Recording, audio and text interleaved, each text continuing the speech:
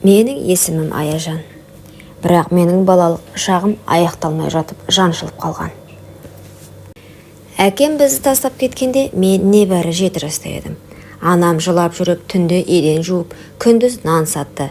Біз ешкімге жалынған емеспіз, тек өмірден әділет іздегенбіз. Бір күні үйге алыстағы туысымыз Нұрсұлтан аға келді. Анам оны ағаңның баласы, өз бауырың деп таныстырды. Қаладан жұмыстан қысқарып ауылға уақытша келіптіміз. Көзіндегі от, күлгені жылы көрінген. Алғашында мен оған сендім. Аяжан деп еркелететін. Тіпті анамның еркелеткенінен де тәтті естілетін. Бірақ неге екенін білмеймін, бір күні жаныма тым жақын келіп шашымнан сипағанда жүрегім біртүрлі соқты. Бөтен, соғық, түсіне алмай, жай ғана жылы сөз екенін өзімде түсіндім. Сол түн ешқашан ұмытылмайды. Анам түнгі жұмысқа кетті. Үйде мен, інім және Нұрсұлтан ғана қалдық. Інім ұйықтап жатқан. Мен бөлмеме кіріп, жарықты өшіріп көрпеге орандым. Түнгі үнсіздік жабысып тұрғанда еді. Сосын есік жай ғана сықырлап ашылды. Аяжан деген сыбырды естідім. Үнім шықпады. Өзімді естімегендей кейіп таныттым. Бірақ сол сәтте жүрегім қатты соғып, терім мұздап кетті. Ол ішке кірді. Мен қозғала алмай жаттым. Көзімді жұмып қорқынышпен тығылып жаттым. Бірақ ол үндемей жаныма келіп отырды. Көрпені түріп аяқ жағымнан ұстап, ақырын аяғымды тартып қозғалтты. Мен тұрып кеткім келді, бірақ денем мені тыңдамай қалды. Тек іштей, кетші өтініш, ештеңе істеме деп іштей айқайлап жаттым. Бірақ сол түн менің үнсіз жан айқайыммен ғана өтті. Ол маған ешкімге айтпа деді. Мен тек басымды изедім. Тек сол сәтте тірі қалғым келген шығар. Сол түні мен бала болудан қалдым. Тек жастыққа жас тамып жатты. Есікті іштен кілттеп жатып қалдым. Таң атса да жанымдағы түн кетпеді. Сол түннен кейін мен өзгере бастадым. Бұрынғы сыныптастарыммен шулы, көңілді жүрген мен енді үнсіз, қиялға батып кеткен бір қызға айналдым. Сабақта мұғалім тақтаға шығарса, қолым дірілдеп, даусым шықпай қалатын. Көзім үнемі жерге қарап тұратын болды. Анам ештеңе байқамады. Қайдан байқасын? Таңғы 6-да шығып, түнгі 12-де келеді. Үстінде иіс сіңіп кеткен ескі форма. Жанарында шаршау мен үмітсіздік. Ол маған емес, тек тіршілікке қарап жүрді. Ал Нұрсұлтан аға болса, баяғысынша күлімдеп жүр. Жанымызда жүргенде ештеңе болмағандай сөйлейді. Бауырларыммен ойнап, анама жәрдемдескен болып өз орнын тапқандай. Тек менің көзіме тік қарағанда ішім шым ете түсті. Ол адам емес сияқты. Кейде қасымнан өтіп бара жатып, арқамнан сипап өтеді. Ішімді уқалағандай болады. Мен дір етіп шошып қаша жөтелемін. Ой, кішкентай кезіңнен сондай тыжыранып тұрасың ғой деп күлетін. Бірақ мен ол күлкінің астарында не жатқанын білемін. Бірде мектептен келсем, інім ауырып қалыпты. Анам дәрі алуға кеткен екен. Үйде екеуміз ғана қалдық. Мен бірден бөлмеме кіріп, іштен кілттеп алдым. Сырттан ақырын дауысы естілді. Аяжан, кілттеме, сенбейтіндей не істеп қойыппын саған. Мен үнсізбін, кеудемдегі тыныс қысыла берді. Ол үнін бәсеңдетіп. Кішкентай кезінде мен сені иіскеп ұйықтататын едім ғой.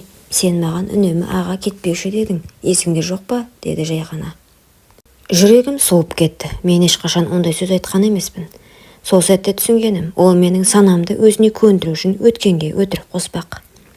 Бұрынғы естелікті өзгертіп, өзін жақсы адам ретінде көрсетуге тырысып жүр екен.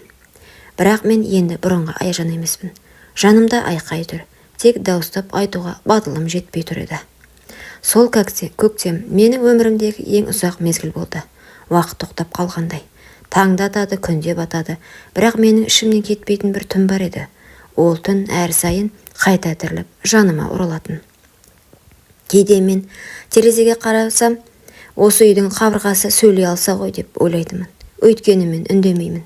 Мен жылай алмаймын. Мен тіпті айқайлай алмаймын. Үнсіздік менің қорғаным болып қалған.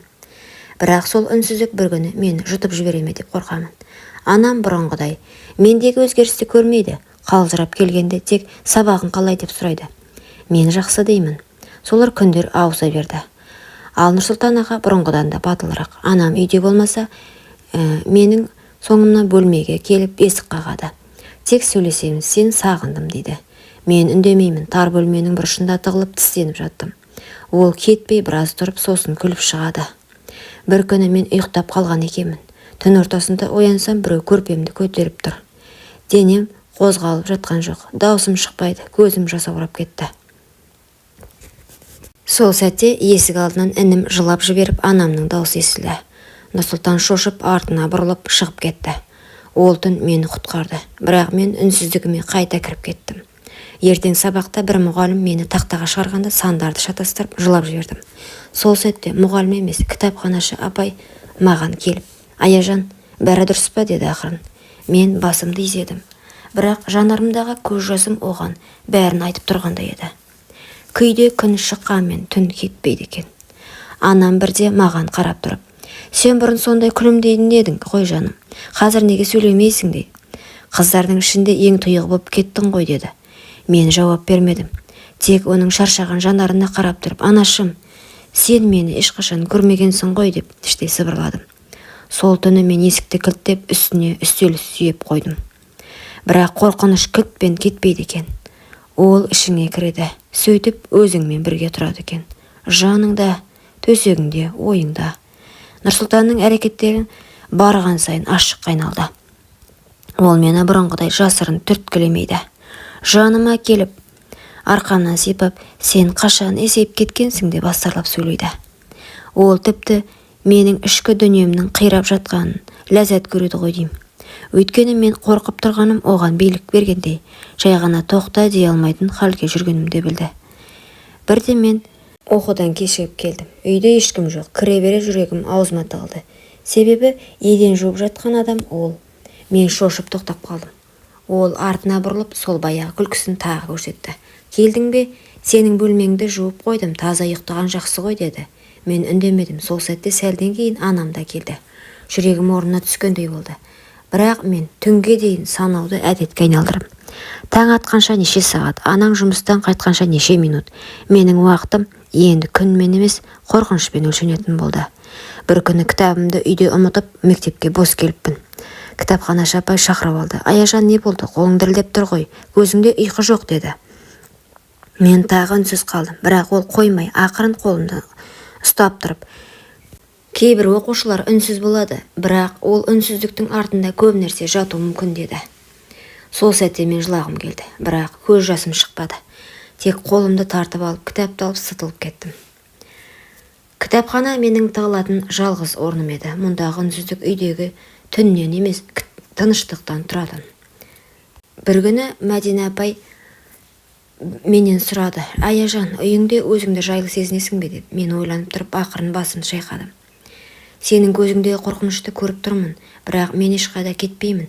Қашан дайын болсаң тыңдаймын» деді. Сол күн басқа күндерге ұқсамады. Анам таңертең қатты шаршап оянды. Жұмыстан шығарып жібере ме деп уайымдап отыр. Мен оның жанындағы әлсіз күйді көріп тұрып, ештеңе айта алмадым. Айтсам, ол бәрін жоғалтады ма деп қорықтым. Ал Нұрсұлтан аға, бүгін ол мені, «Сен маған ешқашан қарсы келмейтінсің, неге өзгеріп кеткенсің?» деп сыбырлады. Мен үндемедім, бірақ іштей, «Өзгеріп жатырмын, өзгеруге мәжбүр болдым» дедім. Сабақтан кейін кітапханаға бардым. Мәдина апай мені күтіп отыр екен. «Аяжан, жай ғана отыршы, бүгін саған ешқандай кітап бермеймін, тек тыңдаймын» деді. Мен алғашында үндемей отырдым. Қолым дірілдеп, көзім жерден көтеріле алмады. Сосын жай ғана сыбырладым. «Мені үйдегі бір адам түнде бөлмеге келеді» дедім. Сол сәтте сөздерімнің аяқталмай тұрған ол түсінді. Қолынан ақырын ұстап, «Аяжан, сен батырсың, үндемей жүргенің қорқақтық емес, аман қалудың амалы болсын. Енді мен сенің жаныңдамын, енді жалғыз емессің» деді. Менің көзіме жас келді. Ол артық сұрамады, бірақ ол мені мектеп психологына апарды. Психологпен сөйлесу оңай болмады, бірақ әр сөзімнен кейін ішім жеңілдеп жатқандай болды. Сол күні мен алғаш рет үйге қорықпай бардым. Мәдина апай мен психологтың қолдауынан кейін мен ақырын өз даусымды тауып келе жаттым. Мектеп директоры, құқық қорғау бөлімі бәрі іске араласты. Бір кеште анам үйге шаршап келіп, төрге отыра бергенде мен жүрегімді қолыма алып айттым. Анашым, мен саған бір шындықты айтуым керек, өте ауыр. Бірақ мен үнсіз қалсам тағы да бір күн мені жоқ қылуы мүмкін. Анам таңырқап қарды.